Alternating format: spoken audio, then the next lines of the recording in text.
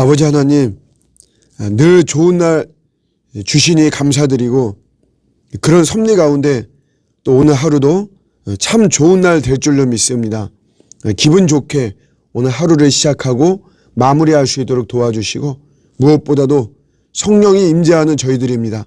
성령으로 시작해서 성령으로 마치는 그런 오늘 복된 날 되게 하여 주시옵소서. 난감한 일 당할 때 당황하지 말고 주님을 먼저 의지하고 생각할 수 있도록 성령님께서 이끌어 주시고, 늘 저희의 힘으로는 어떻게 할 수가 없습니다.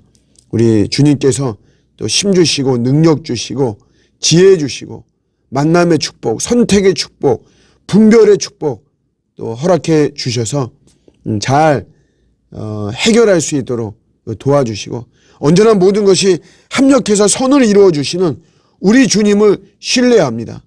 저의 인생 가운데 오늘 하루 삶 속에 더 개입해 주시고 간섭해 주셔서 모든 것들을 아름답게 마무리해 주시는 또 은혜로운 오늘 하루가 되게 하여 주시옵소서. 감사드리고 예수님의 이름으로 기도드립니다. 아멘. 오늘 주시는 말씀은 시편 46장 1절입니다. 하나님은 우리의 피난처시오 힘이시니 환난 중에 만날 큰 도움이시라. 아멘. 우리 인생은 피난처가 필요한 존재입니다. 피난처, 도피처 이런 것들이 필요하죠. 우리가. 근데 중요한 게 이런 피난처로 누구를 피난처를 삼을 거냐, 무엇을 나의 피난처를 삼을 것이냐 굉장히 중요합니다. 먼저 이 피난처가 없다는 상황은 사실 굉장히 두려운 것입니다. 우리가 이 사회 공동체도 복지, 가장 이 그물망처럼 이렇게 복지 체계를 갖추고 그런 게 중요한 게, 그런 게 없으면 굉장히 두렵죠. 그래도 내가 기댈 언덕이 있다라고 하는 거는 참 마음을 편안하게 만드는 그런 겁니다. 제가 예전에 인도에 단기 선교 갔을 때 배가 좀 갯벌에 이렇게 맞물리면서 좀 위험한 그런 상황에 부딪혔어요. 그래서 이제 배가 이제 오도 가도 못하고 그런 상황에서 잘못하면 이 배가 뒤집혀지면 이제 그 물에 빠지는 거죠. 그러면 이제 우리 생각에는 구명조끼 입고 이렇게 있으면 되지 않을까 이렇게 생각하는데, 사실 구명조끼도 없었고 또 설령 있다라고 하더라도 주변을 살펴보니까 나무 조각 같은 것도 막 있고 그랬거든요. 그런데 성기사님이 하시는 말씀이 사실 의미가 없다. 왜냐하면 여기에는 악어가 있다는 거야, 악어가.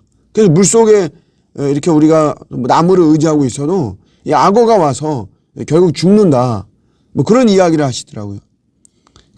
어떤 피난처가 하나도 없는 것이에요. 그때 이 피난처가 없다는 게 이렇게 두려운 것이고, 반면에 피난처가 있다는 것이 굉장히 평안한 것이구나. 제가 그런 걸 느꼈죠. 우리 토마스 아퀴나스라고 하는 우리 신학자가, 고대 신학자인데, 이웃사랑에 대해서 말하면서 참 중요한 자선 행위 중에 하나가 피난처가 없는 사람에게 피난처를 제공하는 것.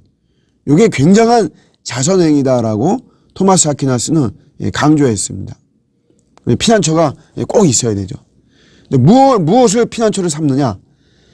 우리가 예수님을 피난처를 삼지 않으면 사람들은 예수님이 아닌 것들을 가지고 이제 많이 피난처와 도피처로 삼습니다. 어떤 사람은 미디어를, 어떤 사람은 쇼핑을, 여행을, 또 이제 그릇된 모습으로는 각종 중독이죠. 도박이라든가 이런 것들을 우리 피난처와 도피처로 삼고 있습니다.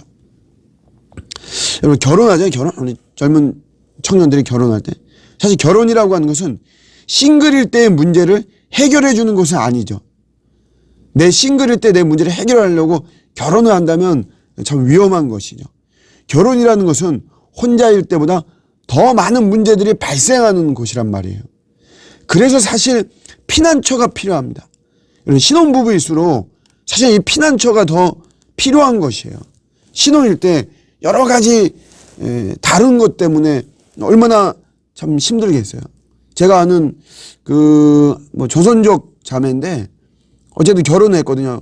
급하게 했어요. 그렇다고 해서 어쨌든 믿음의 사람들끼리 결혼했으니까. 근데 그 기간은 짧았단 말이에요. 그러다 보니까 저한테 고백하기를, 목사님, 우리가 이렇게 달라도 이렇게 다른지 몰랐다. 또 뭐, 거기 다르기도 하고 틀리기도 하고 그러겠죠. 결혼이라고 하는 거는 이렇게, 사실 피난처가 굉장히 필요한 이런 공간이라는 거죠. 그렇기 때문에 우리가 이 피난처가 꼭 있어야 되는데, 그게 우리 예수 그리스도를, 예수님을 우리의 피난처로 삼아야 되는 것이죠. 그와 연관된 신앙을 내 피난처를 삼아야 돼요. 내가 예배하고 기도하고, 결국 내가 예배하고 기도하는 것 같지만 결국은 그 예배와 기도가 나를 지켜주는 것이죠. 예배와 기도가 나의 피난처가 되는 것입니다. 인생에 이렇게 풍랑이 붑니다. 그래서 우리 이런 것들은 사실은 다 피난처하고 연관되어 있어요. 인생에 부는 풍랑은 우리 삶에서 우선순위를 재조정해 주죠. 그래서 내가 뭐가 소중하고 무엇이 소중하지 않은지를 깨닫게 해주고, 또 뭘 버려야 되고 뭐를 지켜야만 되는지를 이 인생의 풍랑은 알려주는 거죠. 또 내가 어디가 병들었는지를 알려주는 것도 인생의 풍랑입니다. 그러면서 이런 것들, 인생의 풍랑을 당하면서 내가 사랑했던 것들이, 야, 이거 나를 지켜주지 못하는구나. 이게 내가 우상이었구나. 이게 내가 사랑하고 내가 의지했던 것들이. 하나님만이 내 삶의 유일한 피난처라는 것을 깨닫게 되는 거죠. 그게 인생의 풍랑입니다. 인생 풍랑의 원인은 다양해요. 그렇지만 그 목적은 우리 삶의 우선순위를 새롭게 해주는 과정이 되죠. 내가 사랑하고 내가 의지했던 모든 게 우상이고, 야, 그게 아무 힘이 없구나. 이런 걸 깨닫게 되면서 내 사랑의 순서가 이제 정상이 되는 거죠. 예수님을 내가 제1의 자리에다 두게 되는 것이에요.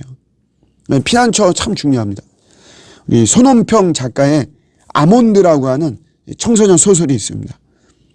주인공은 감정 표현 불감증에 선천적으로 걸려요. 알렉시티미아라고. 이게 편도체가 작으면 나타나는 증상인데, 근데 누구나 이제 머릿속에 이게 아몬드가 두 개 있는 거예요. 이 크기도 이 아몬드 생긴 것도 그렇고 이 아몬드 같이 생겼습니다. 이것을 이제 우리가 이제 편도체라고 부르는데, 이거는 이게 이제 고장이 나면 뭐냐면 공포심을 몰라요. 무서운 걸 못 느끼죠. 그래서 이 주인공도 유치원 때 중학생이 구타를 당해서 죽습니다. 그 장면을 현장을 목격해요.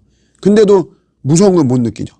동네에 개가 있는데 이 개는 이미 어린이를 물어가지고 피를 흘리게 만들었던 그런 개예요. 근데 그런 개도 그렇게 무서워하지 않고 그랬습니다. 이게 병이죠, 병.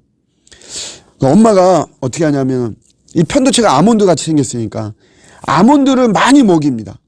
그러면 그 아이의 아몬드가 커질 거라고 생각을 하는 거죠. 미국산 아몬드, 호주산 아몬드, 브라질산, 캐나다산, 세계 각종의 이 아몬드를 막 해서 이 아들에게 막 먹여요. 그러니까 엄마가 기댈 수 있는 희망이 이 아몬드를 먹이는 거예요. 아몬드라는 거예요.